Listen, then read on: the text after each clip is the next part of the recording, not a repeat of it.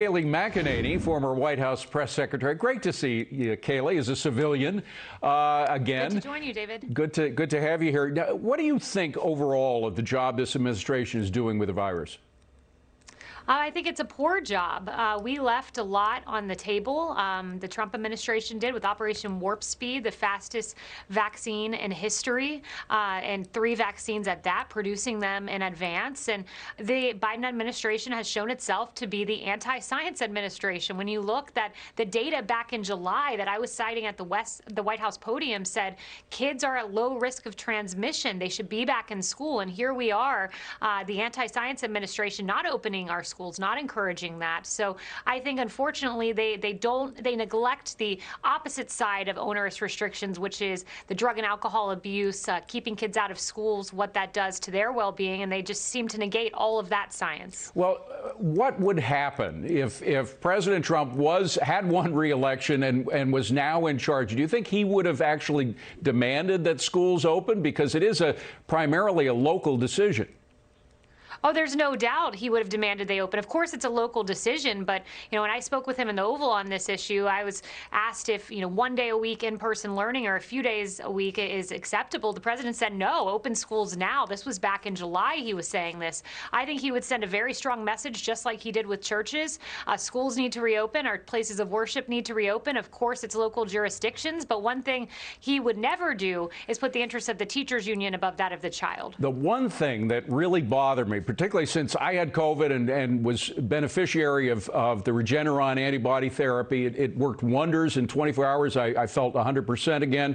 The Biden administration at the beginning began to cancel all of the successes, including the therapies and the vaccine itself, of Operation Warp Speed. How did that make you feel?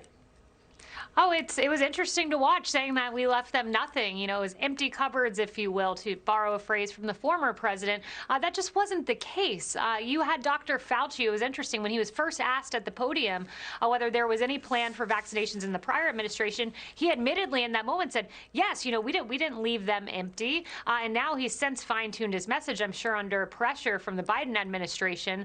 But they were left a lot, particularly the fastest vaccine in history and production of that very vaccine, among others. Now, President Trump famously used to come out in the beginning practically every day with the COVID task force against a very hostile press. I can't think of any question that didn't have some edge of hostility to it, whereas this president is rarely, if ever, seen. Now, Jen Psaki, of course, has suggested that a couple of question and answers, a couple of Q&As when he leaves the podium are enough. Let me just play that soundbite and get your response.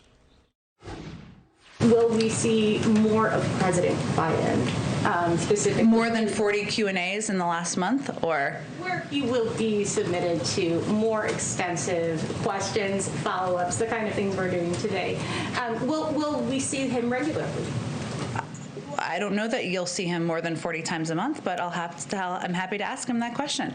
So 40 times a month. I mean, she's essentially equating those 30-minute or longer sessions that President Trump had at the helipad with President Biden coming off stage and answering one shouted question. Is there any comparison there at all?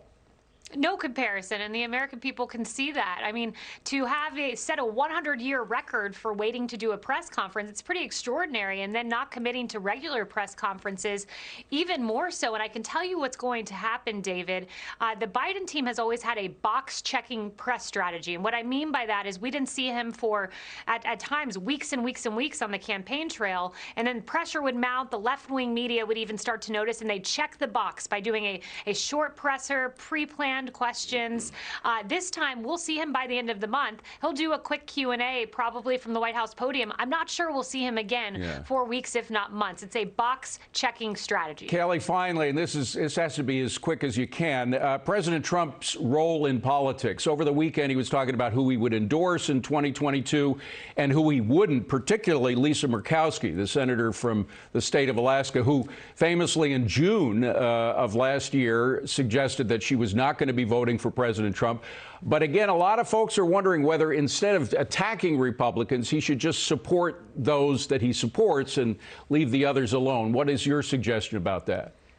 We have primaries for a reason. There's no better person in our party to guide the way forward, I think, than President Trump. And 69% of people said they're less likely to vote on a senator who voted to convict the president. So the people of our party have spoken. They'll continue to speak, and President Trump will have a big voice in the party. Kayleigh McEnany, don't be a stranger. Good to see you. Thanks for being here. Good to join you. Best to your family. I love those pictures of your beautiful baby kid Blake. on Instagram. Thank you. Well.